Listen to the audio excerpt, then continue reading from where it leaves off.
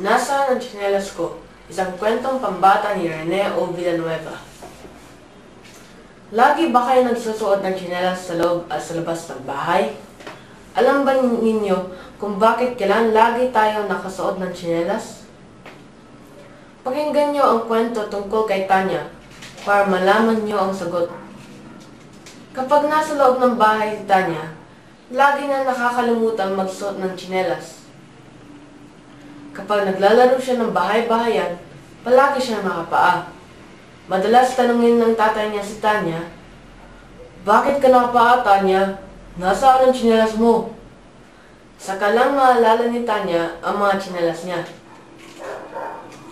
Laging ganoon si Tanya. Lagi niya nakakalimutan isuot ang tsinelas niya.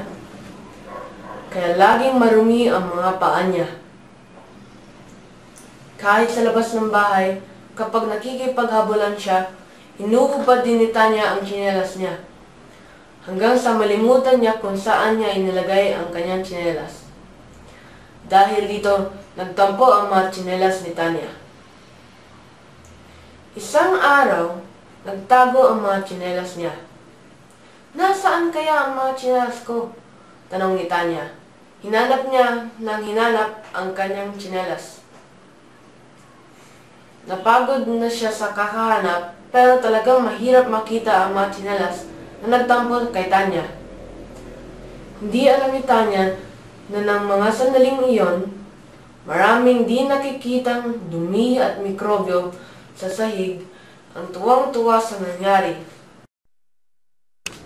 "Pwede na natin salakayan ang mga paa ni Tanya. Wahaha!" sabi ng mga dumi at mikrobyo.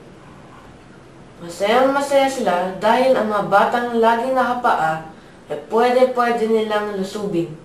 Didikit sila sa mga paa ng mga batang walang tsinelas o sapatos at papasok sa loob ng katawan nang hindi namamalayan. Dahil dito, maaaring magkasakit ang mga bata hindi nagsusuot ng tsinelas. Wahaha! Wahaha! sabi ng mga dumi at mikrobyo. Hindi lang ang mga dumi at mikrobyo ang masaya.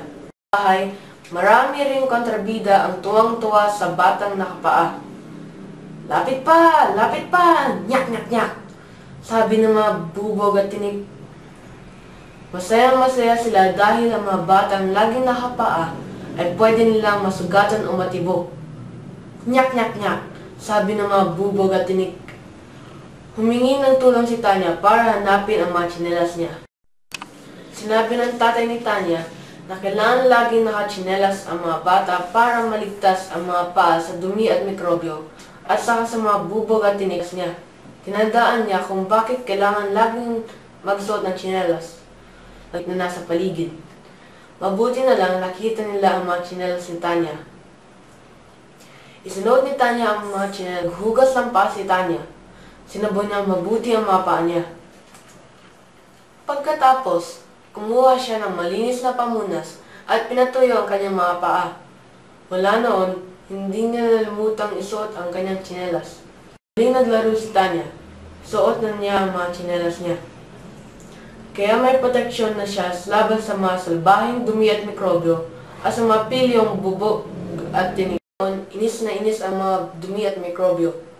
Bigong-bigo ang mga bubog at tinik. Pero tuwang-tuwa naman ang mga paa at tsinelas ni Tanya.